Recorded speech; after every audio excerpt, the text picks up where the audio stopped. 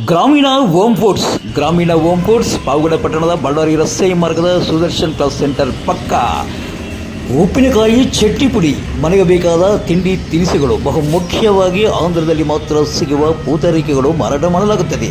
ಬನ್ನಿ, ಹಿಂದೆ ಭೇಟಿ ನೀಡಿ ಅತ್ಯಂತ ಕಡಿಮೆ ದರದಲ್ಲಿ ಎಲ್ಲ ತಿಂಡಿ ತಿನಿಸುಗಳು ದೊರೆಯುತ್ತವೆ.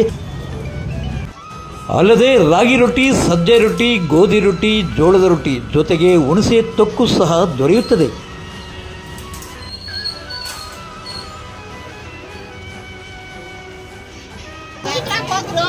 ಅದರಿಂದ ಅದೇನಾಯ್ತು ಏನೋ ನಾವು ಬೀಗ ತೆಗಿಯೋಷ್ಟಕ್ಕೆ ಅಂಟ್ಕೊಂಡಿರ್ತಾನ.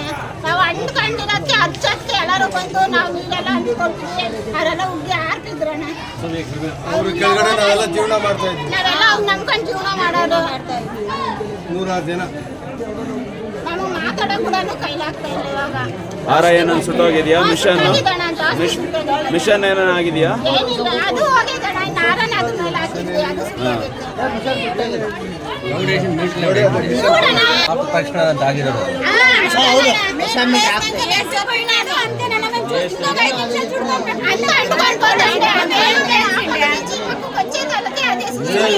ಅವರು ಮೀಟರ್ ಆಗಿರೋದಕ್ಕಿಂತ ಅದು ಶಾರ್ಟ್ ಆಗಿ అది పిఎల్కే హీటర్ ఇది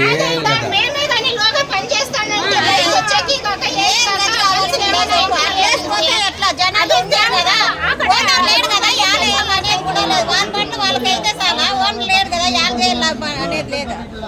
వాళ్ళ పని ఏమో వాళ్ళు చేసుకొని పోయినారు, నష్టమే ఎవరికి. ಪಾವಗಡ ಪಟ್ಟಣದ ಅಲ್ಲಿಪೀರಪ್ಪ ಮತ್ತು ಮಲ್ಲಿಕಮ್ಮ ಎಂಬ ದಂಪತಿಗಳಿಗೆ ಸೇರಿದ ಹಾರಗಳ ತಯಾರಿಸುವ ಮನೆಯಲ್ಲಿ ವಿದ್ಯುತ್ ಶಾರ್ಟ್ ಸರ್ಕ್ಯೂಟ್ ಆಗಿ ಲಕ್ಷಾಂತರ ರೂಪಾಯಿಗಳ ನಷ್ಟ ಉಂಟಾಗಿರುವ ಘಟನೆ ಭಾನುವಾರ ಸಂಜೆ 6 ಗಂಟೆಗೆ ಜರುಗಿದೆ.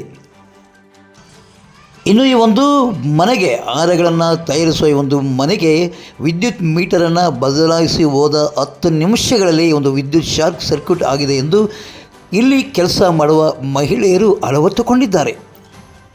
ವಿದ್ಯುತ್ ಶಾರ್ಟ್ ಸರ್ಕ್ಯೂಟಿನಿಂದ ಬೆಂಕಿ ಮನೆ ತುಂಬ ಆವರಿಸಿ ಈ ಒಂದು ಮನೆಯಲ್ಲಿದ್ದ ಯಂತ್ರೋಪಕರಣಗಳು, ಹೂವಿನ ಹಾರಗಳು ಸುಟ್ಟು ಕರಕಲಾಗಿದೆ. ವಿದ್ಯುತ್ ಮೀಟರು ಬದಲಾಯಿಸಲು ಬಂದ 3 ಹುಡುಗರಿಂದಲೇ ಈ ಒಂದು ಕೃತ್ಯ ಆಗಿದೆ ಎಂದು ಮನೆಯ ಮಾಲೀಕರು ಸಹ ಆರೋಪಿಸುತ್ತಿದ್ದಾರೆ.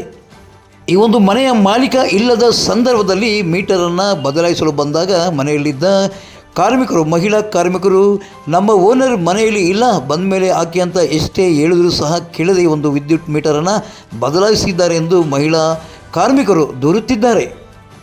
ಇನ್ನು ಈ ಒಂದು ವಿದ್ಯುತ್ ಅವಘಡ ಉಂಟಾದಾಗ ತಕ್ಷಣ ಆಗಮಿಸಿದ ಈ ಒಂದು ರೈನ್ ಗೇಜ್ ಬಡಾವಣೆಯ ಯುವಕ ಲೋಕೇಶ್ ಬೆಂಕಿಯನ್ನು ನಂದಿಸಿ ನಂತರ ಪಾವಗಡ ಪವರ್ ನ್ಯೂಸ್ಗೆ ಮಾಹಿತಿಯನ್ನು ಹಂಚಿಕೊಂಡಿದ್ದು ಹೀಗೆ. ಹೂನಾರ ಸ್ಟಿಚಿಂಗ್ ಮಾಡ್ತಾರೆ, ಹೂನಾರ ಬಿಸ್ನೆಸ್ ಜಾಸ್ತಿ ಇದೆ. ಮಿಷಿನ್ ಹಾಕಿದ್ದಾರೆ. ಫಸ್ಟು ಮೀಟ್ರ್ ಹಾಕೋ ಚೇಂಜ್ ಮಾಡೋ ಹುಡುಗರು ಬಂದು ಮೀಟ್ರ್ ಚೇಂಜ್ ಮಾಡಿದ್ದಾರೆ.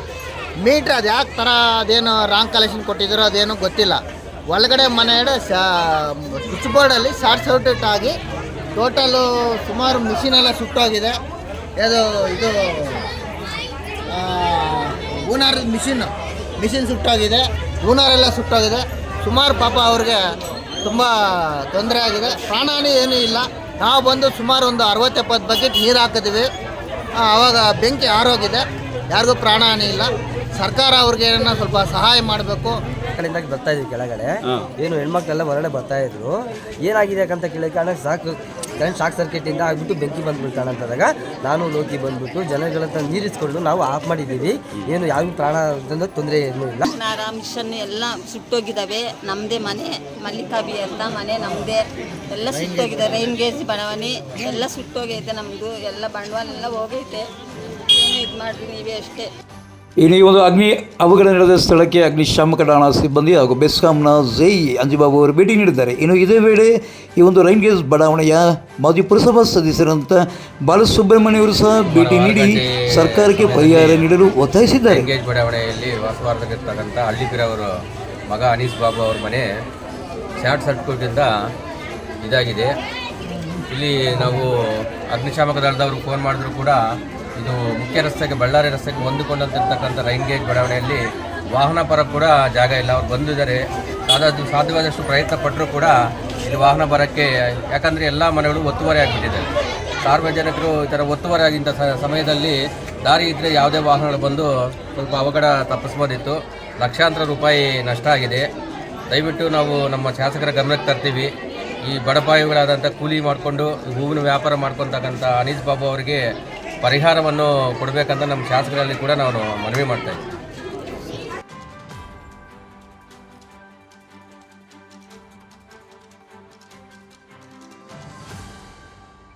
ಇನ್ನು ಈ ಒಂದು ಅವಘಡದ ಬಗ್ಗೆ ಬೆಸ್ಕಾಂ ಜೈ ಅಂಜಿಬಾಬು ಅವ್ರನ್ನ ಪಾವಗಡ ಪವರ್ ಮಾತಾಡಿಸಿದಾಗ ಅವರು ಹೇಳಿದ್ದು ಹೀಗೆ. ಇಲ್ಲಿ ಒಂದು ಮನೆಯಲ್ಲಿ ವಿದ್ಯುತ್ ಶಾರ್ಟ್ ಸರ್ಕ್ಯೂಟ್ ಆಗಿದೆ. ಈಗ ನೀವು ತಗೊಳ್ಳೋ ಸ್ಥಳ ತನಿಖೆ ಮಾಡಿದಿರಿ, ಏನು ನಿಮ್ಮ ಅಭಿಪ್ರಾಯ ಏನು, ಯಾವ ರೀತಿ ಆಗಿರ್ಬೋದು ಅಂತ? ಇದು ಇಂಟರ್ನಲ್ ಶಾರ್ಟ್ ಸರ್ಕ್ಯೂಟ್ ಆಗಿ ಹೋಗಿರೋ ಅಂತ ಅನ್ಸುತ್ತೆ ಸರ್. ಇದೆಲ್ಲ ನಾವು ಸ್ಥಳ ಪರಿಶೀಲನೆ ಮಾಡಿದಾಗ ಒಳಗಡೆ ವೈರಿಂಗು ಅಲ್ಲೆಲ್ಲ ಗಾಳಿ ಆಡ್ದಂಗಿದೆ. ಅಲ್ಲೆಲ್ಲ ಏನೋ ಹೂನಾರುಗಳೆಲ್ಲ ಫುಲ್ಲಾಗಿ ತುಂಬಿಸ್ಬಿಟ್ಟಿದ್ದಾರೆ. ಅಲ್ಲೇನು ವೆಂಟಿಲೇಷನ್ ಏನೂ ಇಲ್ಲ ಅಲ್ಲಿ. ಹಾಗಾಗಿ ಆ ಹೀಟ್ಗೆ ಇಂಟರ್ನಲ್ ಶಾರ್ಟ್ ಸರ್ಕ್ಯೂಟ್ ಆಗಿ ವೈರಿಂಗ್ ಶಾರ್ಟ್ ಸರ್ಕ್ಯೂಟ್ ಆಗಿರೋದು ಬಿಟ್ಟರೆ ಬೇರೆ ಏನು ಪ್ರಾಬ್ಲಮ್ ಇಲ್ಲ ಅನ್ಸುತ್ತೆ. ಈಗೇನು ನಿಮ್ಮ ಕಡೆ ಏನಾದ್ರು ಪರಿಹಾರ ಸಿಗುತ್ತಾ? ಭಾಳಷ್ಟು ನಷ್ಟ ಆಗಿದೆ ಅಂತ ಹೇಳ್ತಾರೆ. ನಮ್ಮ ಏರ್ ಅಥಾರಿಟಿಗೆ ಮಾತಾಡ್ತೀವಿ, ಇದ್ರ ಬಗ್ಗೆ ಏನು ಸಮಗ್ರವಾಗಿ ಒಂದು ರಿಪೋರ್ಟ್ ಕೊಡ್ತೀನಿ, ಮುಂದೆ ಅವ್ರು ಡಿಸಿಷನ್. Okay, thank you.